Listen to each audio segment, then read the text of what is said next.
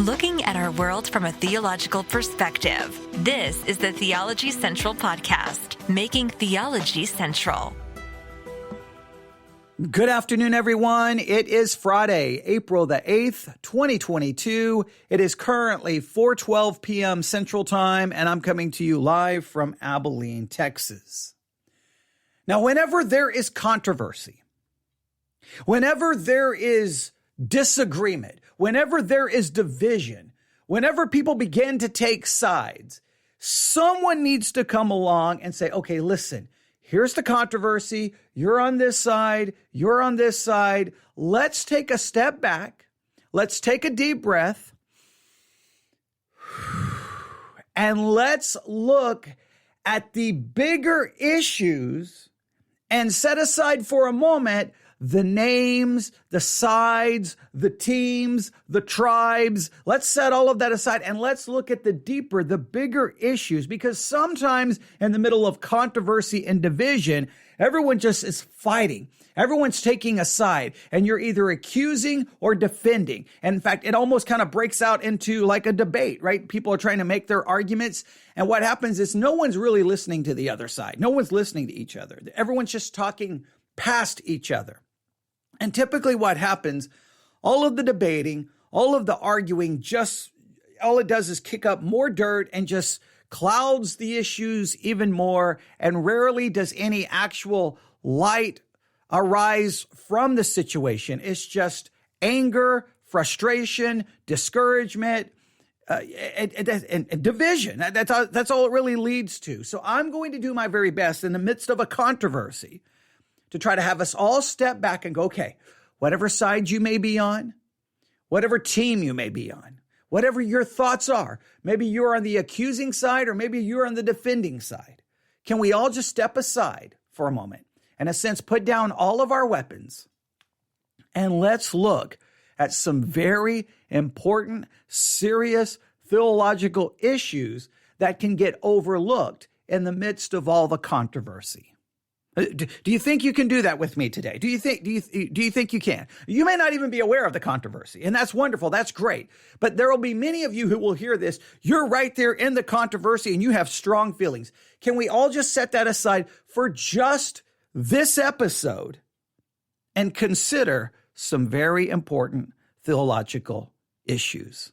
I hope we're willing to do that. All right. So first, let me remind you of the controversy, because it is not pretty. It is ugly, and I definitely can understand why people have some strong feelings. But here's the timeline of this controversy. Are you ready? March the 8th, 2022 at 6:25 p.m.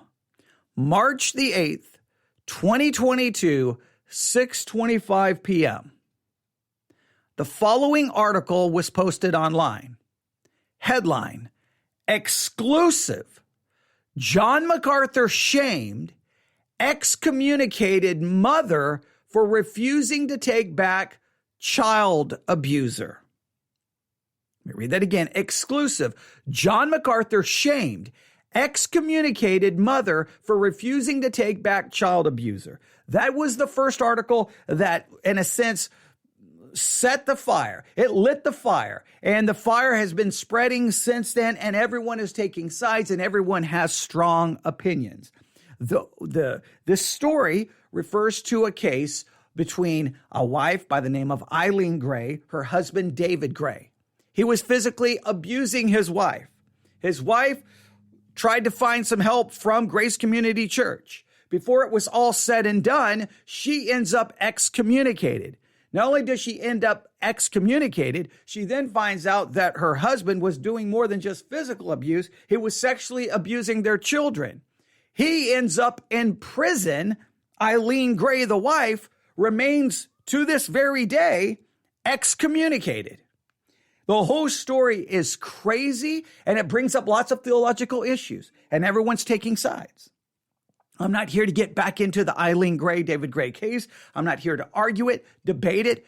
That's not the point here. I'm just trying to show you, here's the controversy from which these issues we're going to be talking about arises. I'm not going to go back through everything that happened. So that was the first story. Again, that was March the 8th, 2022, 6:25 p.m. Headline exclusive: John MacArthur shamed excommunicated mother for refusing to take back child abuser. And just in case you don't know all of the details, David Gray, the husband, is still in prison. He came up for parole recently and it was denied. He's in prison and Eileen is still excommunicated. All right, so he was found guilty of sexual abuse of children. He's in prison and, well, Grace Community Church doesn't feel that Eileen Gray's excommunication should be removed. It's kind of just, it's a really bad, horrible story. But then the story did not stop there. On March the 17th, 2022, at 8:44 p.m., another story was posted. Exclusive: John MacArthur's church supported convicted child abuser and pedophile records show. This was referring to David Gray. David Gray was found guilty of sexually abusing children and goes to prison. How did Grace Community Church respond? From what it appears, they supported David Gray almost like he was a prison missionary for Grace Community Church, which is absolutely staggering. Like, here's a man who's found guilty of abusing children sexually, and you're like, well, the church just, I guess, believes he's innocent. They don't have any, there's claims that they have evidence that proves his innocence, but I mean, if they do, they should be bringing it to attorneys and bringing it up before the media and prove the man's innocence. But at this point, we haven't seen any of that, and it seems like they supported him. I don't know if they've cut off that support in the midst of all of this controversy, but they're supporting him while the wife remains excommunicated. You see how the story is not a pleasant one? But then you think, okay, that has to be the end of the story. Well, that's not the end of the story, because on the same website where the two news stories were posted, on March the 31st, 2022, at 2:18 p.m., they published a podcast where someone analyzes abuse at John MacArthur's church. That was March the 31st, 2022, where they have someone on to analyze abuse at John MacArthur's church. So it just keeps adding and adding. So then you think it's over. You think, okay, that's got to be the end. That podcast is going to be the end of the story. It's horrible. Clearly, Grace Community Church is never going to apologize to the woman. Clearly, they're never going to lift her excommunication. This is just tragic, and it does raise lots of questions about excommunication. She tried to leave the church, and they denied her request to remove her membership, but then they excommunicated her. The whole thing just raises so many questions, and we've talked about all of it in covering of this story. But that wasn't the end. Then on April the 5th, 2022, they publish a story with this headline: Head of Counseling at John MacArthur School, that's Master Seminary. The head of the counseling department, John Street, he's the chair, all right? He's the head of their counseling department, right? He says this: a wife should endure abuse like missionary endures persecution. And there were all of these clips of statements he made that the clips are very problematic. Once again, when we covered it, I said I didn't have the entire audio, so I wasn't going to make any judgment, but we looked at the clips and then tried to look at some very important theological issues. Then late last night, there was another clip from John Street that is once again raised all kinds of major problems, and we reviewed I don't know how many minutes of that audio, because we have the whole audio of that. And it raised some serious questions. So we've talked about this a number of times. So here's what I don't want to do. I don't want to get into what MacArthur knew, didn't know, what he did, what he didn't do, what Grace Community Church did or didn't do, what Master Seminary Church did or didn't do. I don't want to get into all of that. There's plenty of people on the internet right now having strong opinions, and everyone's taking sides. As I stated from the beginning, I want everyone to take a step back, and I want to look at three important theological issues. right? Number one, I want us to think theologically, biblically, logically about the good that the Bible seems to point to as a result of affliction. The Bible seems to indicate that in affliction, there is good that can come from it, that affliction can be a good thing.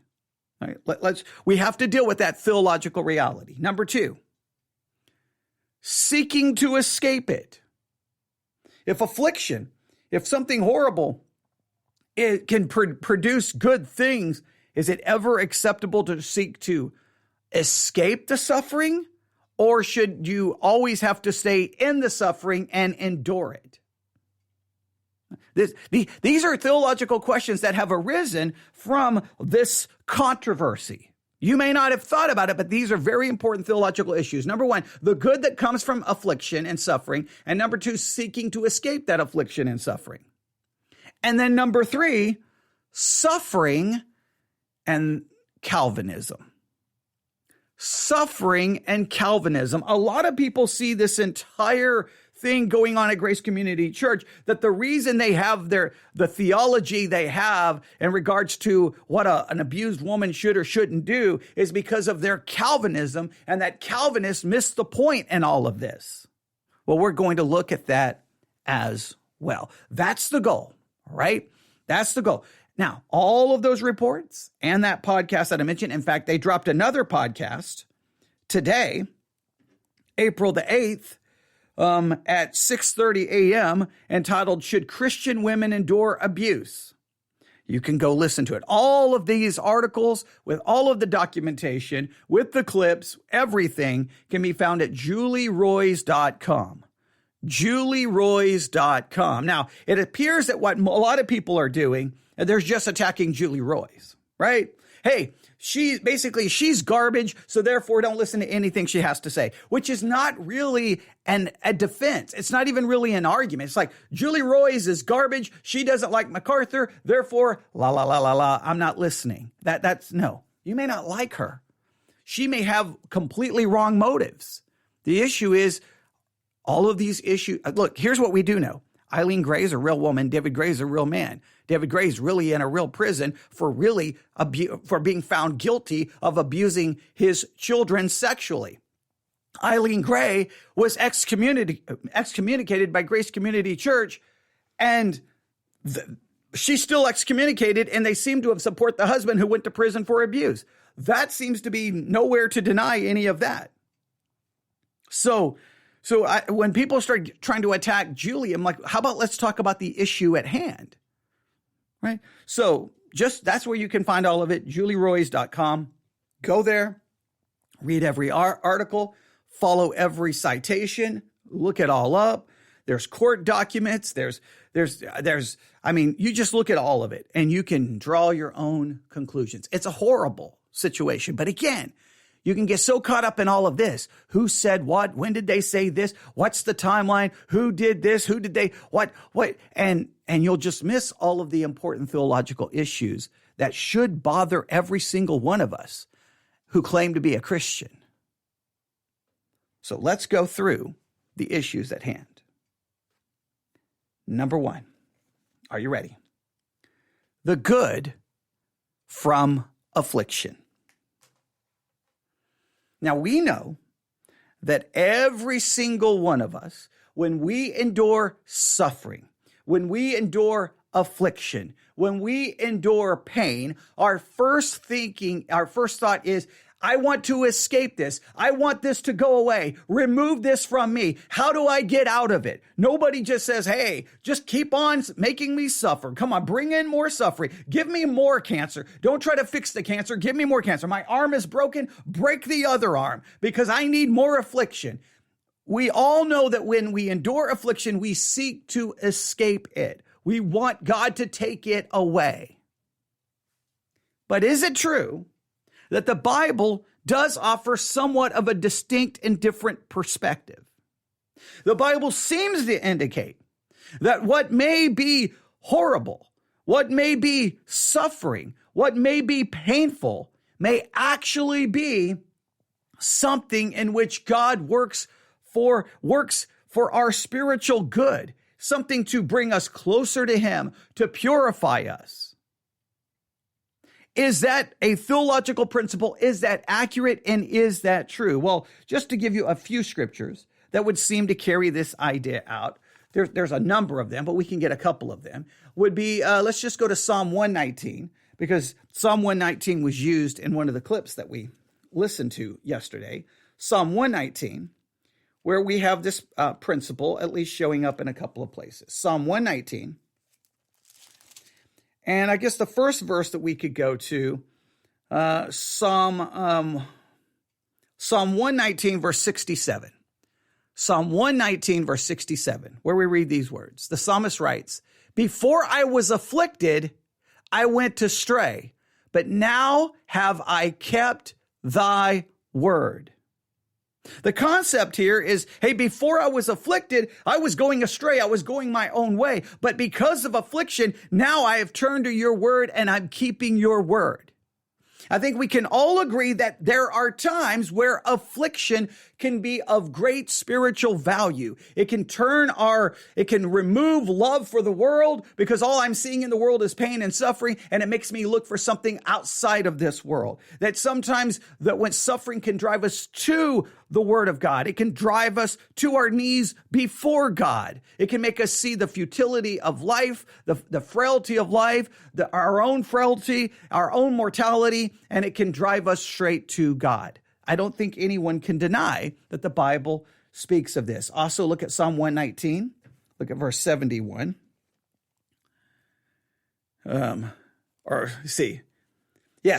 119, verse 71. "It is good for me that I have been afflicted, that I might learn thy statutes."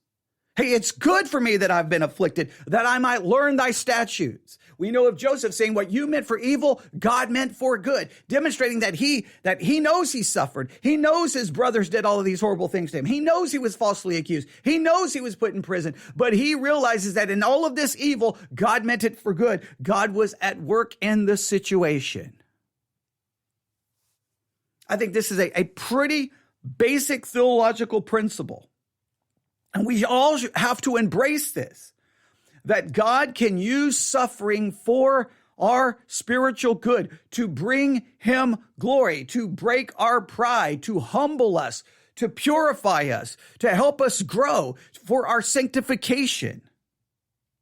So I do agree that when we are suffering and when there is affliction, that we can and should consider how God may use this for our spiritual good and his glory. I do agree that whatever suffering we endure, we should at least that should at least be a part of our thinking. Look, the suffering is horrible. The suffering is bad. But we look at it, Lord, use this suffering to grow me spiritually, to purify me, draw me closer to you, and to glorify you. That is a right way to think in regards to suffering. Now, here's the question. Because affliction can produce good, and there's a biblical theology that would seem to embrace that idea, do we stop right there and say, okay, look, you're being beat by your husband? That's affliction. You should just be thankful to God that God is going to use that affliction to make you better, and you just endure it. Don't seek to escape it. Don't go to the authorities. Don't get a restraining order. Don't leave. Stay there and endure it, because God uses affliction for good. It's one thing to say God uses affliction. Are you going to then tell someone who's being abused to stay in that relationship? Most people would say that's ridiculous. In fact, I think most situations where someone is suffering, hey, you're sick? Well, that's an affliction. Don't take any medicine. Don't go to the doctor. Hey, I was at work and I broke my arm. Oh, that's an affliction. Don't go to the doctor to get it, fixed or take anything for pain. I mean, nobody operates.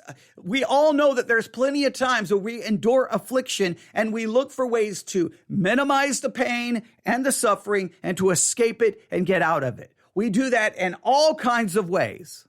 You know it and I know it. So should that lead to a theology that says, hey, Affliction is spiritually good, so you should stay in it. I don't think we would.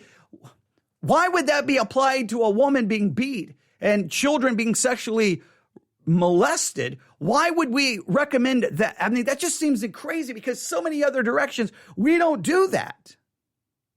So number one, I do agree that the good comes from affliction and suffering, that God can bring good and affliction from it. And we should always look to how, God, I'm suffering. How can you use this? Please use this for my spiritual good and your glory. We should look at that and we should ask God for that. But does that mean that I should seek to stay in it and not do anything to alleviate the suffering? Well, that brings us to the second question, seeking to escape it. Can you ever seek to escape it? Well, let's look at some scriptures. Let's go to 1 Samuel. Go to 1 Samuel. Let's go to 1 Samuel chapter 18. 1 Samuel chapter 18. And we have David and Saul. And Saul is not a big fan of David. In fact, he becomes very jealous of David. And look what happens in 1 Samuel chapter 18. Let's see here. Is it in verse 11? Or we'll start in verse 10. 1 Samuel chapter 18, verse 10. And it came to pass on the morrow that the evil spirit from God came upon Saul, and he prophesied in the midst of the house. And David played with his hand as at other times, and there was a javelin in Saul's hand. And Saul cast the javelin, for he said, I will smite David even to the wall with it. And David avoided out of the presence twice. David is tried to escape and dodged and got away from the javelin. He didn't say, well, I'm being afflicted. Let me just stand here and take it. Here, just stab me with the javelin. Here you go. Just run the spear right through me. Here we go. No, he seeks to escape it. He seeks to dodge it. I mean, you can't just overlook that. Here's David. Wait, the suffering, God could use this. God could use the suffering, right? No one denies God can use the suffering, but he still tried to escape it. Now, are you going to say that that was wrong? Are you going to say that was ungodly? There's an example of someone trying to get out of it, someone trying to escape it. When Joseph was in prison, even the great story of Joseph, right? The man who said, you meant it for evil, but God meant it for good. He even understood God's plan in all of it. But when he was in prison and he got ready to interpret the dreams, he was like, hey, now I just ask, when you get out of prison, don't forget about me. He was looking for a way out of the prison. Well, why would he would just say, hey, when you get out, forget me. Don't do anything to get me out of here because I need to suffer more. No, he seeks a way out. So in other words, it shouldn't be this either or. Hey, God uses suffering, so as a result, you don't do anything to get out of it. You just stay in it. Now, listen, I think we have to say, Lord, now this is very important. In some affliction, we are afflicting. We say, Lord, use this. In any kind of affliction, use this. But it doesn't mean that it doesn't mean that if I say, God, use it, I don't do anything in my power to alleviate it or to do it. Or, if you're being abused, that you stay in the abuse. That creates a wrong way of thinking. All right. So number one, I do believe the Bible absolutely seems to teach that good comes from affliction. It purifies us. It humbles us. But it doesn't mean we can't seek. And that's number one. So there's good that comes from it. Number two, we can seek to escape it. We have the story of 1 Samuel 18:11 of David avoiding the spear, not just handling it. We even have Joseph. Hey, don't forget me when you get out of prison, because he's trying to get out. And then we have this, 2 Corinthians chapter 12. 2 Corinthians chapter 12. You know this story. 2 Corinthians chapter 12. 2 Corinthians chapter 12, verse 7. We know this, 2 Corinthians 12, 7. And lest I should be exalted above measure through the abundance of the revelations, there was given to me a thorn in the flesh, the messenger of Satan, to buffet me, lest I should be exalted above measure. Now here it is. He is suffering but there is an understanding that the suffering is for good. There is a purpose in that suffering to keep him humble. And then look what happens. For this thing I besought the Lord thrice that it might depart from me. Even the Apostle Paul seeks to remove the suffering, get rid of the thorn of the flesh, that it would depart. He's not condemned for doing so. God doesn't remove it, but he's not condemned for asking for it to be removed. He's not condemned for seeking some kind of relief from it. A woman who's being abused, separating, restraining order, turning it over to the authorities, protect her and her children. They're still going to be suffering because the marriage is falling apart. They have to go through the legal process. There's still much suffering to go on. You don't have to just stay there and get punched and punched and punched and punched, or your child sexually abused to somehow get the spiritual good. There's still suffering involved.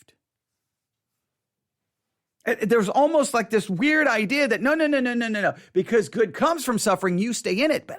But that's the most hypocritical thing, because anyone who would teach that, as soon as suffering happens to them, they seek some kind of relief. I guarantee it. So number one, good does come from suffering. Number two, it is perfectly biblical to seek escape and some kind of remedy for it. Now, here's the thing. And seeking to escape it and seeking remedy for it, yes, we are not to sin. We're not to turn to sin or an ungodly attitude or ungodly actions and seeking to escape it. But the escaping of it and trying to get out of it doesn't mean that it's ungodly. For example, David had an opportunity to kill Saul, but he did not do so. He handles himself in a very godly way. Now, this leads us to the third point. And the third point comes to us because of a comment on YouTube. Let me go to the comment on YouTube. All right, here we go. Let me find it. Got to turn the volume down. Here we go. 12 hours ago, someone posted the following comment. We go through these abuses and afflictions in life because of free will. And this is where Calvinism missed the point, or Calvinists missed the point. God does use affliction to his purpose, but he is not causing this sin against these children. This is a situation where their understanding of Calvinism seems to, in their mind, say, well, Calvinists would say this has nothing to do with anyone's will, and that God is using it, but God's not the cause of it. All right. I understand that people want to get, in a sense, God off the hook. And they want to say that Calvinists, in a sense, blames God. And instead of blaming God, I'm going to blame free will. And then everything is good. Let me make this very clear. Whether you are a Calvinist or whether you're a non-Calvinist, if you believe that God is eternal, all-knowing, omnipresent, and all-powerful, you've got the same problem no matter what you do with free will. Let me tell you where your problem begins. It begins, in Genesis 1:1. In the beginning, God. God exists prior to the creation of anything. He already exists. He is eternal. And we believe this eternal God is all-knowing. So at this very moment, this all-knowing God, in the beginning, God created. Right before he creates the world, he knows everything that's going to transpire. He knows that one of his angelic beings he creates has either already rebelled or is about to rebel. We can get a whole debate on when that occurs. He knows that being is going to rebel. He knows that once that being, Satan, once he rebels, he knows that he's not going to kill Satan. He's not going to destroy him. No. Instead of destroying him, he's going to allow that individual to come to earth and go into the garden using a serpent. God could prevent it. God could stop it, but he doesn't. You don't have to be, look, even a non-Calvinist has to acknowledge this. God knew everything that was going to happen. He created Satan, knowing Satan would be the one to rebel and would be the one that comes in who brings the temptation. He could have allowed Satan to roam the earth, just could not come into the garden. Or he could have destroyed Satan. He does not do that. He lets Satan comes in. Now, he created Adam and Eve. He knew that Adam and Eve was going to sin before they ever sinned. After they sinned, God would have been perfectly just and right to destroy them. But he doesn't. Well, the minute he doesn't destroy them, he then knows that every person born after Adam and Eve will be born with a sinful nature, and that the world is going to be filled with sin. And there's going to be pain, there's going to be murder, there's going to be rape, there's going to be pestilence, disease, chaos, destruction, storms. He knows everything that's going to happen, and he lets it occur. He lets it happen. So you can sit there and say, no, but it's that person's fault. It's that person's fault. Remember, God is the one who started it all. So you can't say, well, God tries to use it. Well, obviously God knows exactly what was going to happen. So somehow we have to understand that the pain and suffering somehow is a part of God's plan. And that's not even from a Calvinistic standpoint. That's just the logical result of believing that God is all-knowing, all-powerful, omnipresent. Because he doesn't stop the suffering. He creates the world knowing the suffering is going to occur. He's present everywhere at all times. He can intervene. We see in the Old Testament him intervening at times in very miraculous ways. And then other times, he doesn't intervene. He intervenes and raises Lazarus from the dead, leaves John the Baptist to rot and die in prison. I mean, we have clear times of intervention and clear times of no intervention. He healed plenty of people, left Paul to suffer with the thorn of the flesh. Timothy had stomach issues. Paul had eye issues. But there's other cases where he steps in. So I want you to understand that just saying, look, hey, this is a Calvinist problem. This is a Calvinist problem. How is it a Calvinist problem? Let's make it very clear. Everyone has the problem. God created a world knowing it was going to be filled with pain and suffering. I don't understand that. But that's the reality of it. We have to deal with it. And you say, well, then I'm just done with God. Okay, well, you're still left with pain and suffering in the world. Okay, either there's God created the world and somehow the pain and suffering is a part of his plan. I don't like it. I don't understand it. Okay, or, well, pain and suffering just exist in the world and there's no rhyme or reason to it. So you don't, it's not a Calvinistic thing. So then what they say, and let me read the comment because I think this is just very important. I think a lot of people just misunderstand how this works. All right. Okay. Someone else is just posting comments on YouTube as I'm talking. Okay. So we go through these abuse and afflictions in life because of free will. And this is where Calvinists miss the point. Okay. Let's just stop here. Okay. Let's say, all right, Calvinists miss the point. Because all of this happens because of free will, right? Who gave men free will? If you believe in libertarian free will, if you basically have a Pelagian view of free will, like let's say you either have a semi-Pelagian or Pelagian view of free will. Okay, let's just say it's absolutely right. Okay, everyone has perfect free will. In other words, their sinful nature does not impact their free, because you have to be a Pelagian because you can't believe in that people have a sinful nature, because a sinful nature would limit the freedom of the will, right? If the will is completely free, then people can freely choose to never sin. Obviously it never works, but you would have to believe that people can never sin because they would have the freedom to do so. But so let's say people have this complete freedom of will. All right. Great. Complete freedom of will. Who created man with that freedom? The God who knew that freedom would be used to cause people to suffer. So you still don't, in a sense, get away from it. God is still involved. Why? You say, well, he had to give people free will. Why? Well, because he wanted people to love him. Are you saying God was so lonely he needed people to love him? He didn't need anything. There was perfect relationship within the Trinity. God the Father, God the Son, God the Holy Spirit. Perfect in unity, love, communication, everything. Right? One God, three distinct persons. So you can't, if you say God needed people and he needed people with free will, then you don't have a perfect God. You've destroyed the doctrine of God.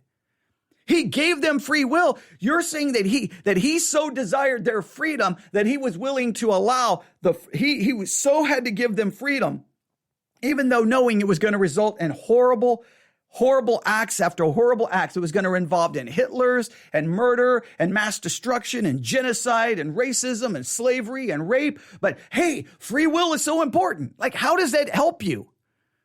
God had to give us free will. He had to. He had no choice. What? God had no freedom?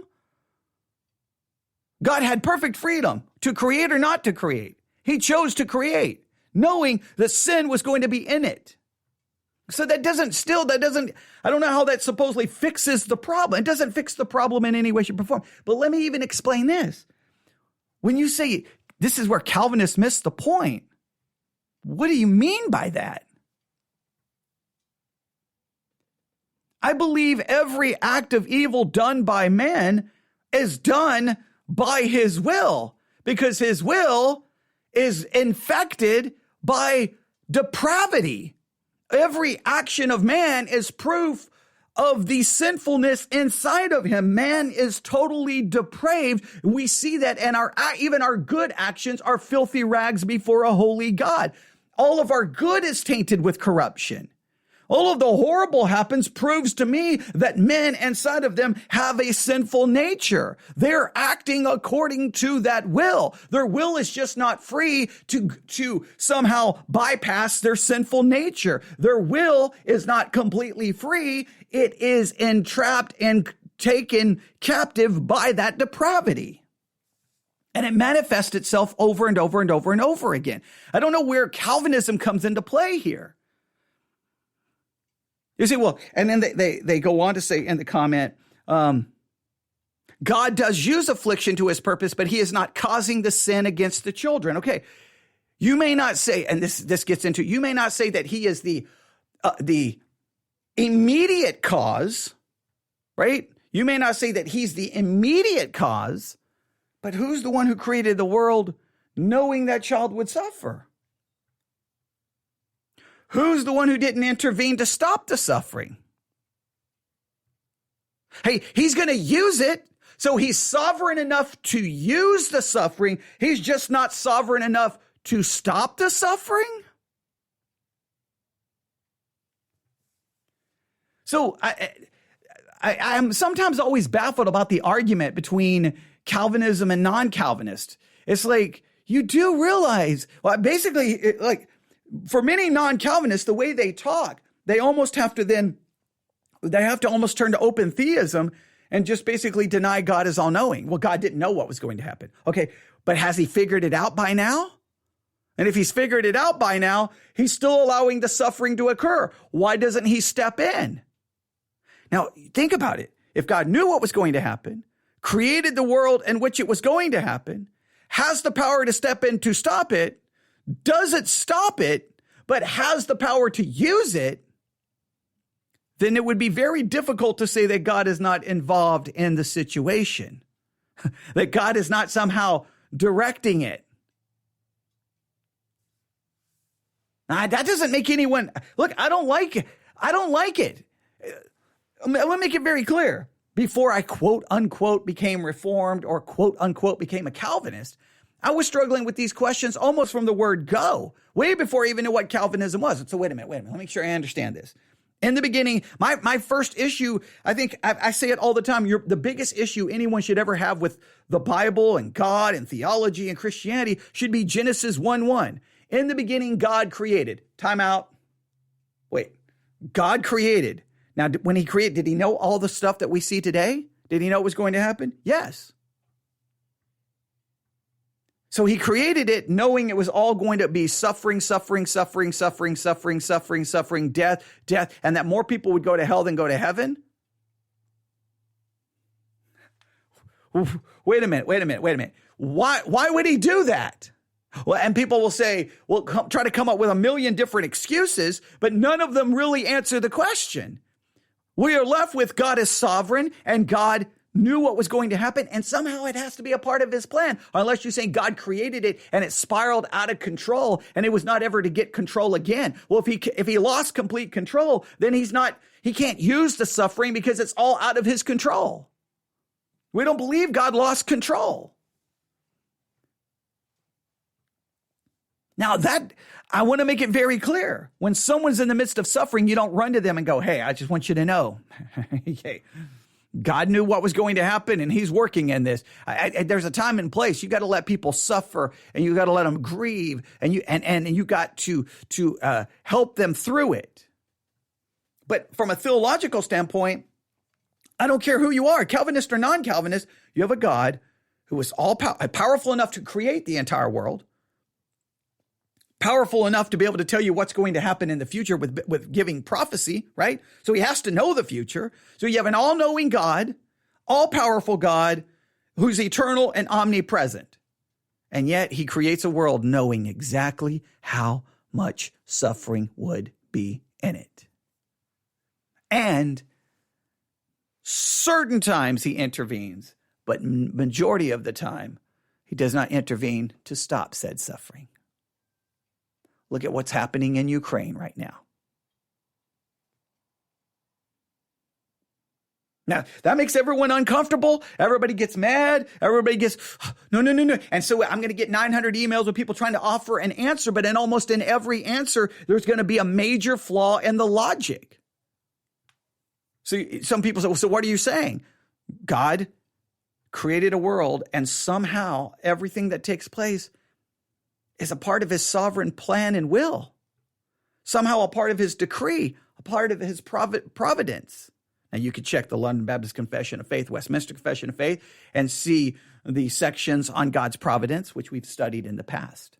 There's no easy answer for it. But that has nothing to do with Calvinism.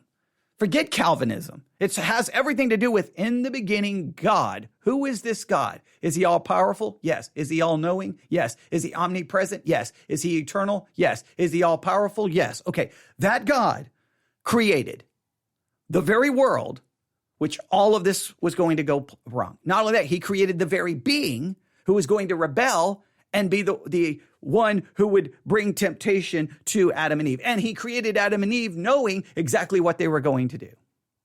And he allowed the world to continue knowing that the longer it continues, more people suffer, more people die, and more people will spend an eternity separated from God. Now, any good skeptic, any good agnostic, any good atheist is going to point this problem out. And Christians always try to offer some kind of bumper sticker solution and to make it, there's no way to, there's nothing to make it better. It is a difficult situation. I just know that my option is, okay, there's no God. All right, well, now, do I even have a moral way of judging what is evil? Do I even have a moral way of saying what is right and what is wrong? I don't even have a basis for the morality, which I'm going to condemn all of the evil that's happened in the world. I don't even have the ability to call it evil. So that's problem number one with abandoning God. And number two, now I just have suffering and pain. And I would have to ask myself, so after all of these, let's going from a secular point of view, millions of years of human evolution, we still can't get better so that we stop killing one another and hurting one another? And why do people continue to do bad? I would not have a good explanation for all of the evil in the world if I abandoned God. At least God lets me know why all of that happens, because men are sinners. Now, I'm still left with the problem of why would God create a world knowing everyone was going to become sinners? I'm still left with a different problem, but at least I have some framework and try to understand it. And that somehow, in the midst of all of the suffering, God is there. God is at work. And let me make it very clear. Every action done is done by the will of man. Just that will is not 1,000% free because if it was, then all people on earth without salvation of any kind could simply choose to never do an evil act, which we know is impossible. So it's not a Calvinistic thing. It's not a Calvinistic thing. So what should our approach be to suffering, to abuse? Let's just offer a couple of thoughts here. If a woman is being abused, children are being abused physically, sexually, our job as a Christian, condemn the abuse, just absolutely condemn it. It's evil, it is wrong, it is ungodly. Number two, protect those who are being abused. Help them to be separate, protect, provide, do everything we can to protect them. At some point in their lives, if they are believers, they need to understand that somehow in that suffering, God can use that to help them grow spiritually. It doesn't mean that the abuse was right. Doesn't mean the abuse was okay. It just means that in that suffering, good can arise from it. We have to protect, we have to condemn, protect, and then help instruct and help them maybe see the suffering from a theological perspective. Doesn't make it any easier, and there's a right time to do it. But I don't see that there's any biblical justification for saying you got to stay in the suffering.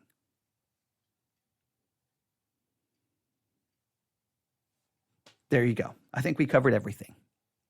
So let me just say it again, because the Calvinistic thing, I keep seeing it pop up all over the place. It's in my YouTube comments. I've seen emails. So I'm responding to a number of comments, not just to one. So I don't want any one person to take anything I've said personally.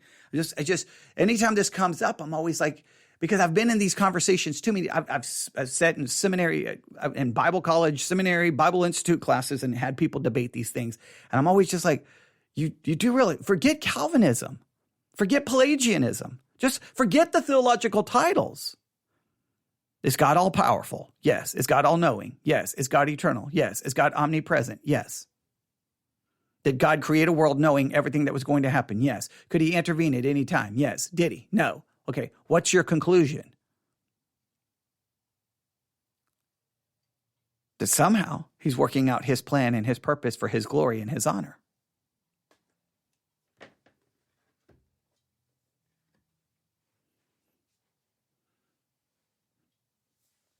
And again, when it's like some people believe that, so I think some people believe Calvinist doesn't believe people have a will. No, we believe people definitely have a will. Just that will is infected with depravity. Therefore, they're not free to simply fall, as Pelagius would have claimed, you're just free, that there can be perfect people. You can just choose to never sin. You can just choose to always obey God. You don't even need God's assistance. You don't need the gospel. You don't even need the Holy Spirit. You don't need anything. You can just do it. Every act man does is, well, it's their will, but their will is messed up. There's depravity in it. Our thinking is messed up. Our will, our emotions, everything. And we say God uses the affliction, but he's not causing it. Right. He may not be the immediate cause, but let's don't forget God is the ultimate cause of creating a world where it all was going to take place. And there's no way to get around that. Now, the way we try to distinguish it so that God is not the author of sin, we usually say God used secondary means, right? So in other words, God didn't tempt Adam and Eve. Satan did. Now, God created Satan. Satan had complete freedom, did not have a sinful nature at the time, obviously, had complete freedom whether to choose to obey or disobey. He chose to disobey. God then allowed Satan to do what he did, but you can't say God is the immediate cause there, but he's the one who is the ultimate cause by creating Satan, knowing exactly what Satan was going to do. It's like you can see it play out in the book of Job. God's not the one who put the suffering on Job, but he's the one who set the whole thing up. He's the one who allowed it to happen. He even put certain restrictions on it. So God may not be the immediate cause, but you can't just say, because some people almost like God he doesn't know what to do. No, God is clearly knowing what's going on. Or you're claiming that something is outside of God's sovereign control. And if it's outside of God's sovereign control, then God is not sovereign and God is not in control. Now, you can ask why. I've got 900 why questions. Why? I'm not going to ever get those answers. Job never got the answers. When it was all said and done, Job didn't get any answers. And we don't get any ultimate answers. Here's what I know. God created everything ultimately for his purpose and his glory and his honor. That's what I know. And somehow, in all of the horrible things that happen, God's purpose and God's glory is being played out. I don't understand it. But guess what? Even though I believe that, I'm not going to tell someone, no, go back and suffer. Go back and get beat by your husband. Go back and let your children be abused. No, I'm going to say, oh, what your husband's doing is absolutely evil. He is doing evil. His will is exercising evil against you. And we're going to step in and we're going to protect you and we're going to provide for you and we're going to condemn the husband and we're going to stop it. And we're going to contact the authorities.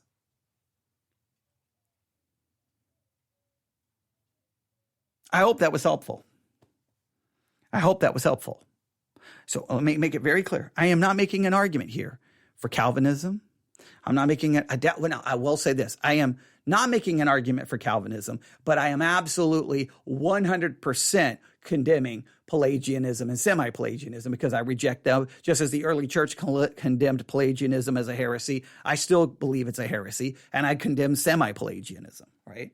So I do reject those, but I'm not trying to make an argument for Calvinism. I'm just trying to make an argument to realize that you can remove Calvinism, and anyone who believes in Genesis 1:1 and believes the God who creates is all-knowing, all-powerful, omnipresent, you've got the exact same problem. The problem doesn't just magically go away by saying free will. That fixes everything. No, it doesn't. It doesn't. It drives me crazy. Like this whole case has nothing to do with Calvinism. All right? Has nothing to do with it. I've seen independent fundamental Baptists who are as semi-Pelagian as you can get, believe Calvinism is the ultimate evil on the face of the earth, and still will say, that woman has no right to leave her husband or to go. She needs to stay there because that's what God calls her to do. She has no right to leave her husband. She should submit even if she's facing abuse. I've heard it from non-Calvinist and obviously from Calvinist. It comes down, what it really comes down is to what do you believe the woman can or cannot do?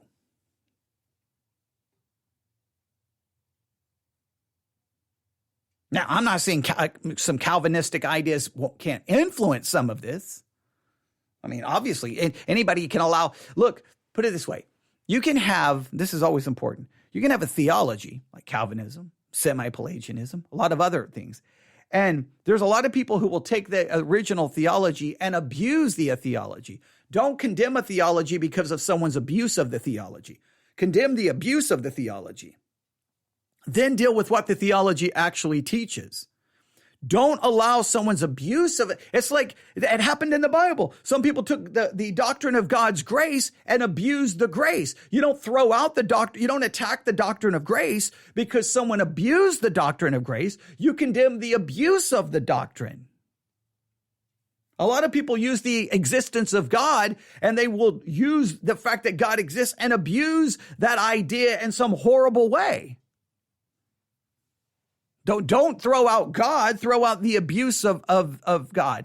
That we always have a tendency to we don't already like that doctrine. This is a good attempt to condemn said doctrine. All right, I'm going to stop there. Yeah, we'll see how this goes. I hope that was helpful. I hope it was helpful. I hope you understand that this problem is so much bigger than that all of these philosophical issues they're good. The problem is Christians have never been forced to deal with many of these philosophical issues. They come to church and get a bumper sticker answer and think that fixes everything. But anyone who looks past the bumper sticker is kind of like, okay, bumper sticker maybe is an outdated term. it goes beyond a meme on social media. It goes beyond a little cute saying you post on a social media post. At church, you should be struggling with these deep philosophical and theological issues, realizing, man, this is difficult. There's no easy answer here. And your little thing poster that you posted on social media, that doesn't fix it. That just gives you a sense of fixing it. But these issues are complicated. Now, what's not complicated, if a woman's being abused and children are being abused, they can separate. They can contact the authorities. They can get protection, and it is not sinful. All right? Doesn't mean that they're saying God doesn't use the suffering. They've already suffered. In fact, the trying to get away is going to have its own form of suffering, so God can use that suffering to help them grow just as much as staying there. I mean, God can use whatever suffering and however it shows up. There's plenty of things to suffer from in life. You don't have to say, oh, keep beating me because I need to grow more spiritually. That's a crazy, crazy talk. All right. Email me, newsif@yahoo.com, newsif@yahoo.com. All right. Thanks for listening. We'll probably do maybe we'll do some more tonight. I don't know. But I wanted to at least get this out there and let the cards fall where they may, because I'm probably going to make a lot of people mad. But these issues needed to be talked about. All right. Thanks for listening. God bless.